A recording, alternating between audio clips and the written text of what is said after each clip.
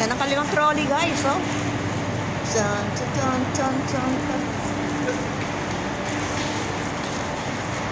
Yan, ang daming car dito. Kasi ito na yung parking.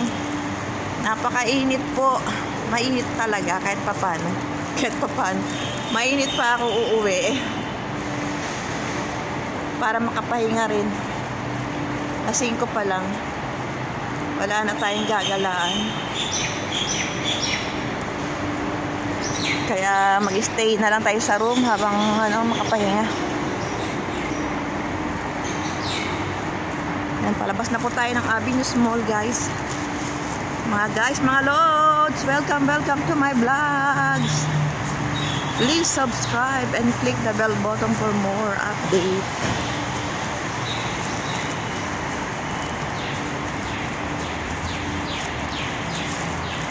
Thanks for watching.